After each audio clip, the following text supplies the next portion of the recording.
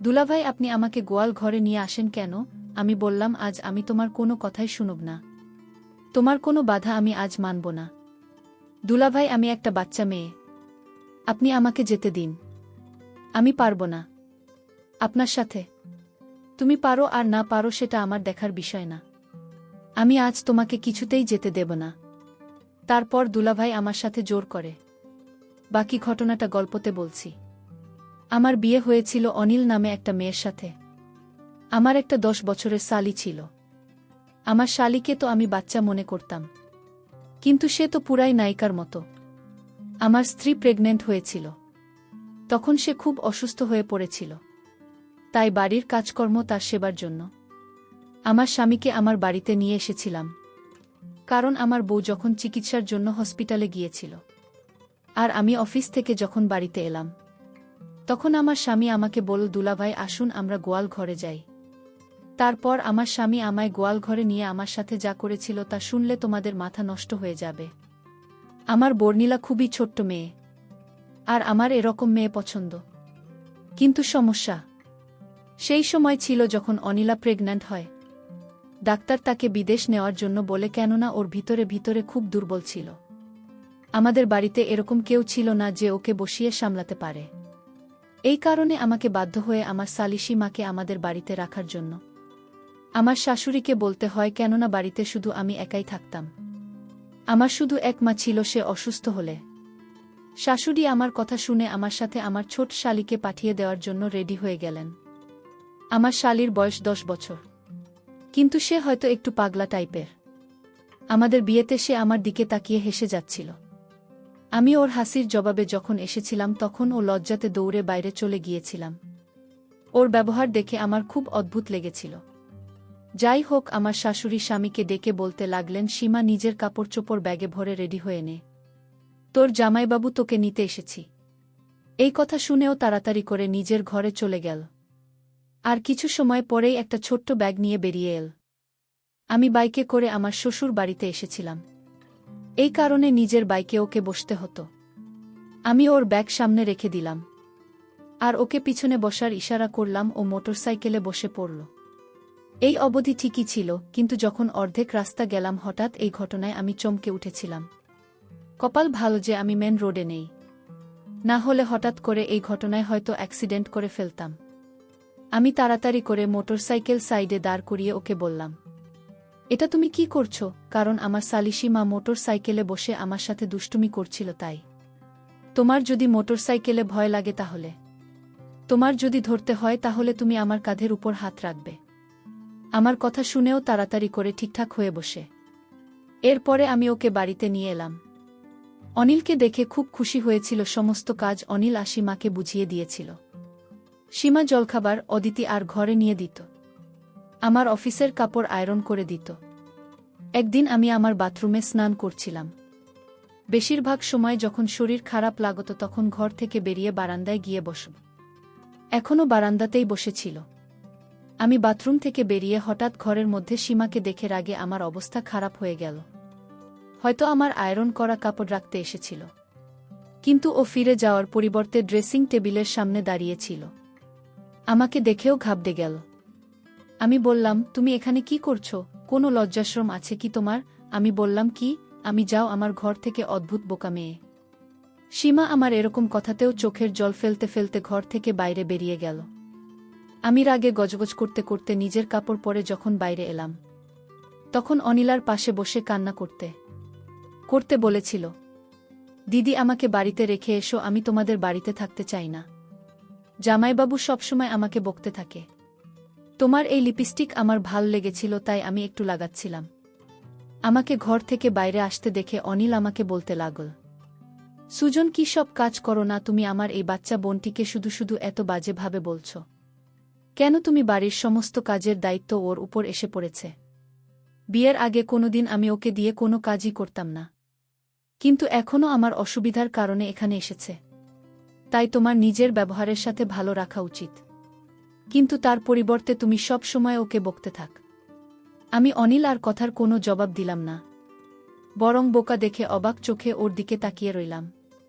ওর বোঝা উচিত ছিল যে কোনো সময় ওর বোনের কোথায় থাকা উচিত। আর কোথায় থাকা উচিত না। আমি জলখাবার না খেয়ে অফিসে চলে গেলাম।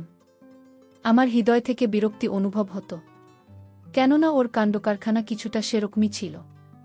একবার আমি ক্লান্ত হয়ে অফিস থেকে তাড়াতাড়ি বাড়িতে এসে দেখলাম সীমা ঘরের দরজা বন্ধ। আমার মনে হলো হয়তো নিজের ঘরে আছে। আমি নিজের ঘরে ঢুকে দেখলাম অনিলা চাদর দিয়ে মুখ থেকে ঘুমিয়ে আছে। যখন থেকে অনিলা প্রেগন্যান্ট হয়েছে তখন থেকেই আমাকে কাছে আসতে দিত না। বলতো ডাক্তার সাবধানে থাকতে বলেছে। যদি ওকে দেখে আমার হৃদয়ে অন্য কিছু করার ইচ্ছে হতো। তাই আমি দরজা লক করে অফিসের ব্যাগ এক সাইডে রাখলাম আর বিছানায় উঠে সীমার পাশে গিয়ে শুয়ে পড়লাম। তখন সে বলল, দুলাভাই আপনি আমার রুমে কেন? আপনি এখানে কেন আসলেন? আপনার সাথে আমার আর কোনো কথা নেই। আমি বললাম, তুমি এমন করছো কেন? তুমি আমার সাথে কেন রাগ করছো? তখন সীমা বলল, দুলাভাই আপনি আমার সাথে শুধু ব্যবহার খারাপ করেন। আমি বললাম, ঠিক আছে, আমি তোমাকে আর কখনো বকা দিব না। তখন সীমা বলল, তাহলে দুলাভাই আমার একটা কথা রাখবে। আমি বললাম, কি কথা? সীমা বলল, দুলাভাই আপনাদের গোয়ালঘরে কি থাকে? আমি বললাম, গোয়ালঘরে তো শুধু গরু থাকে। আমার শালি তখন বলল, তাহলে দুলাভাই ওই গোয়ালঘরে আমার একটা কাজ আছে আপনারে নিয়ে। আমি বাচ্চা মেয়ের কথা শুনে অবাক হলাম। বলে, কি গোয়ালঘরে কেন? সীমা বলল, গেলেই বুঝতে পারবেন। এর কিছুদিন পর আমি অফিস থেকে ফিরে এসে দেখলাম আমার স্ত্রী কোথায় জানি গিয়েছিল। আমি বললাম, তুমি কোথায় গিয়েছিলে? ও বলল, আমার পেটে খুব অস্বস্তি হচ্ছিল। এই কারণে পাশের বাড়ির মাসিমাকে নিয়ে ডাক্তারের কাছে গিয়েছিলাম। তাদের গাড়ি আছে, তাই তাকে নিয়ে ডাক্তারের কাছে চেক আপ করিয়ে এখনই ফিরলাম। আমি বললাম, ডাক্তার কি বলল? ডাক্তার বলেছে এই সময় রকম একটু হতে পারে। তার তিনি কিছু ওষুধ লিখে দিয়েছেন। দিন দিন ওকে খুব দুর্বল মনে হচ্ছিল। আমি অনিলকে বললাম, তুমি আরাম করো, আমি এখনই আসছি। আমি নিজের কাপড় বদলে ঘর থেকে বাইরে বেরিয়ে এলাম। সীমা সেই সময় রান্না বান্না করতে ব্যস্ত ছিল। আমি ওর কাছে এসে দাঁড়িয়ে পড়লাম। আমাকে দেখে ওর মুখের রং বদলে গেল। আমি নিজের মাথা নিচু করে নিলাম, কেননা তার কথা আমি রাখিনি। সে বলেছিল গোয়াল ঘরে যেতে। আমার মনে মনে জানতে ইচ্ছা করছে, সেই গোয়াল ঘরে কেন যেতে চায় একটা বাচ্চা মেয়ে? যাই হোক, আমি চাইতাম না এই কথাটা অনিলা অবধি পৌঁছাতে। তাই ওকে বললাম, তুমি যে গোয়াল ঘরে যেতে চাও, বোনকে কোনো সময় বলবে না। আমার গলার স্বর কিছুটা কঠিন হয়ে গেল। আরও চুপ থাক। তারপরে আমার অনুভব হলো যে এই কথাটা আমার কিছুটা নরম স্বরে বলা উচিত। তাই আমি বললাম, দেখো, তুমি গোয়াল ঘরে যেতে চাও কেন? কিছু হয়েছে, সেটা শুধু ভুল বোঝাবুঝির কারণে হয়েছে। একে তো তোমার আমার কথা শোনা উচিত হয়নি। একদিন রাতে দুলাভাই ভুল করে আমার রুমে চলে আসে। আর আমি তো একটা বাচ্চা মেয়ে। আমি চাদর মুখে দিয়ে শুয়ে রইলাম। দুলাভাই আমার বোনের ঘর মনে করে আমার ঘরে চলে আসছে। কিন্তু আমি তো জানতাম সে একটা বাচ্চা মেয়ে, কিন্তু আমার সাথে যে কার্যকলাপ তা ঘটল সেটা দেখে আমার হুঁশ হয়ে গেল। সীমা বিভোর ঘুমে ছিল। আর ঘুমের ঘরে তার বোনের সাথে রাতে যা আমি করতাম, সেটা আমি আজ সীমার ঘরে সীমার ঘুমের মধ্যে করে ফেলেছি। যখন সকাল হলো, সীমা সব বুঝতে পেরেছিল। আমার মনে হয়েছিল যে তুমি অনিলা, কিন্তু তারপরেও যা কিছু হয়েছে তার জন্য আমি তোমার কাছে ক্ষমা চাইছি। কিন্তু প্লিজ এই কথাটা অনিলকে বলো না। আমার নরম স্বরে কথা শুনেও বলতে লাগল, আমাকে অনিলা দিদি বলেছিল যে আমি জানি তার ঘরে থাকি। আমি বললাম, যাই হোক, যা কিছু হয়ে গেছে সেটা ভুলে যাও। সঙ্গে সঙ্গে আমার কথা মেনে নিল। আর আমিও নিশ্চিত হলাম। সময় এভাবেই কাটতে লাগল। কিন্তু সীমার একটা আবদার আছে, সেটা হলো সে আমাকে কিছুদিন যাবৎ বলতেছিল তার সাথে আমি গোয়াল ঘরে যেতে। কিন্তু কে যে গোয়াল ঘরে যেতে চায়? আর আমিও ঠিক সময় পাচ্ছি না। কোনো সময় যাব। সে আমাকে বলেছিল এদিনের রাতের ঘটনা তার দিদিকে বলবে না, যদি আমি তার সাথে গোয়াল ঘরে যাই। এসব ভাবতে ভাবতে এদিকে আমার স্ত্রীর অবস্থা আবার ঠিক বলে মনে হচ্ছিল না। সময় যত কাটতে লাগল, শ্বাস নিতেও তো কষ্ট হতে লাগল। ওর শরীরে রক্তের খুব অভাব ছিল। প্রায় দিনই ও ভিটামিনের ইনজেকশন দিত। ওর চোখের নিচে কালো ছাপ পড়তে শুরু করেছিল। গায়ের রং ফ্যাকাশে হতে শুরু করেছে। ডাক্তার যমজ বাচ্চার কথা বলেছিল, হয়তো এই কারণেই খুব বেশি দুর্বল হয়ে গিয়েছিল। 9 মাসে তো ওর অবস্থা এমন হয়ে গিয়েছিল যে আমাকে বাড়িতে হুইল চেয়ার নিয়ে আসতে হয়েছিল, কেননা একদমই হাঁটতে চলতে পারত না। ডাক্তার অপারেশনের কথা বলেছিল। এই কারণে আমি আসি মা ওকে হাসপাতালে নিয়ে গেলাম। কিন্তু অপারেশনে অনেক সমস্যার সৃষ্টি হয়েছিল।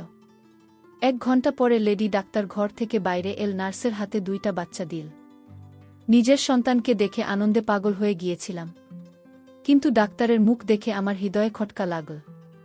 লেডি ডাক্তার বলতে লাগল, মিস্টার সুজন, আপনার স্ত্রীর অবস্থা খুব খারাপ। এটা শুনে আমি টেনশনে পড়ে গেলাম আর বললাম, ওর কি হয়েছে? তখন তিনি বলতে লাগলেন যে ও সারভাইভ করতে পারছে না, ওর কাছে অল্প কিছু সময় আছে, আপনি প্লিজ গিয়ে তার সাথে দেখা করুন। এটা শুনেই আমার যেন মনে হলো আমার পায়ের নিচ থেকে মাটি বেরিয়ে গেছে। আমি বললাম, এসব আপনি কি বলছেন? কিছুই হতে পারে না। আমি দৌড়ে তার কাছে এলাম এবং দেখলাম খুব কষ্টের শ্বাস নিচ্ছিল। আমি ওর কাছে গেলে ওর চোখ থেকে জল গড়িয়ে বালিশে প্রবেশ করেছিল। আমাকে দেখে ও হালকা একটু হাসার চেষ্টা করল। আমি ওর কাছে গিয়ে বসে পড়লাম। ওর চোখের জল ফেলেই চলছিল। আমি ওর হাত ধরে বললাম, কিছুই হবে না, তোমার দরকার হলে আমি জলের মতো পয়সা খরচ করব, তুমি ঠিক হয়ে যাবে। কিন্তু খুব কষ্টে ভাঙাচোরা শব্দ বলতে লাগল, তুমি যা কিছুই করো না কেন আমি বুঝে গেছি যে আমার কাছে সময় খুব কম। আমার স্ত্রী বলতে লাগল, সুজন প্লিজ আমার বাচ্চাদের জন্য সৎমা নিয়ে এসো না, তার থেকে তুমি সীমাকে বিয়ে করে নিও। ওর কথা শুনে হতভম্ব হয়ে ওর দিকে তাকিয়ে রইলাম। হঠাৎ হওয়া এই অবস্থার জন্য আমি একদম রেডি ছিলাম না। আমি বললাম, এরকম কথা কেন বলছো তুমি? তোমার কিছুই হবে না, ভগবানের জন্য এরকম কথা বলো না। অনিলা হঠাৎ করে নিঃশ্বাস নিতে খুব কষ্ট হচ্ছিল। আমি ডাক্তারকে ডাকতে শুরু করে দিলাম। আমি চিৎকার করে করে সমস্ত স্টাফকে এক জায়গায় করে ফেললাম। ডাক্তার তাড়াতাড়ি নার্সকে ইঞ্জেকশন দিতে বললেন। সমস্ত লোক আশেপাশে দাঁড়িয়েছিল। আমার চোখ দিয়ে জল পড়তে লাগল। কিন্তু এত কিছুর পরেও আমাদের ছেড়ে চলে গেল। আমার গুণটি সেই সমস্ত পুরুষদের মধ্যে হয়তো যারা নিজের স্ত্রীর জন্য সমস্ত স্বপ্ন, সমস্ত আবেগ কন্ট্রোল করতে পারে না। এর সাথে আমার এরকমই বন্ধ ছিল ওর শান্ত স্বভাব। আমার হৃদয়ে ওর জন্য আলাদা জায়গা করে নিয়েছিল। ওর প্রতি আমার গভীর ভালোবাসার কারণে আমি কখনো আমার স্বামীকে নজর উঠিয়ে দেখিনি।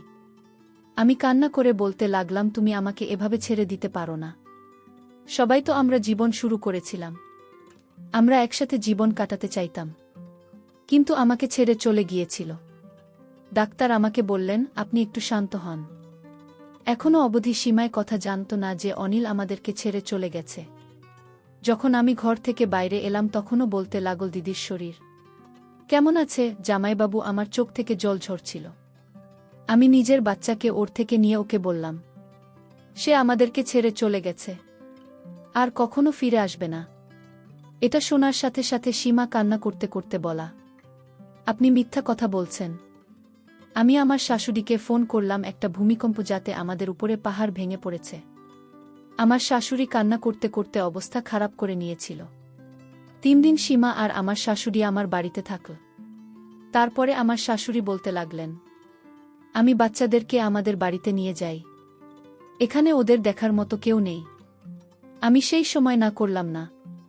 আমি অনিল আর চিন্তায় ছিলাম যে এখনো হাসতে হাসতে বাইরে বের হয়ে বলবে, সুজন তুমি কেন উদাস হয়ে আছো? আমি এখানে তোমার কাছে আছি। 1 মাস পার হয়ে গিয়েছিল। আমি আমার অফিস জয়েন করে নিয়েছি। আমার তখন অনিলের কথা মনে পড়ছিল, কারণ অনিলা বলে গিয়েছিল আমি যেন তার ছোট বোনকে বিয়ে করি। আমি যদি তার কথা না রাখি তাহলে তার আত্মা কষ্ট পাবে। আর তাই আমার সালিশি মাকে বললাম, আমি জানি তুমি কেন গোয়াল ঘরে যেতে চাইতে, তোমার আর গোয়াল ঘরে যেতে হবে না। আজ আমরা এই ঘরেই থাকব, যেভাবে তোমার বোন আমার হয়ে থেকেছিল। সীমা ও তার বোনের কথা ভেবে আমার সাথে রহিয়া গেল। প্রিয় বন্ধুরা, গল্পটি ভালো লাগলে অবশ্যই কমেন্ট করে জানাবেন। আর নিয়মিত এমন আলাদা স্বাদের গল্প শুনতে ভিডিওটিতে লাইক এবং চ্যানেলটিকে সাবস্ক্রাইব করে সাথেই থাকুন। আর হ্যাঁ, নোটিফিকেশন বেলটি অল করে রাখবেন, যাতে পরবর্তী গল্প সবার প্রথমে আপনাদের কাছে পৌঁছে যায়। ধন্যবাদ বন্ধুরা, ধন্যবাদ সবাইকে।